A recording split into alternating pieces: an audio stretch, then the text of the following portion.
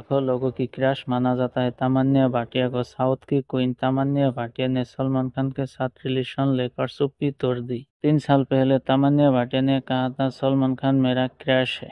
Bollywood industry में कुछ दिन से सलमान खान और तमन्ना भाटिया की रिलेशन लेकर बातें चल रही है। तमन्ना भाटिया ने सलमान खान को दिल दे चुकी है सनम। जब से तमन्ना भाट सलमान खान दुबई जाके लाइव स्टेज प्रोग्राम में एक दूसरे के गाना पर डांस किया है, एक दूसरे को देख कर शर्माता है, तब ऑडियंस को लगा है ये दोनों के बीच कुछ चल रहा है।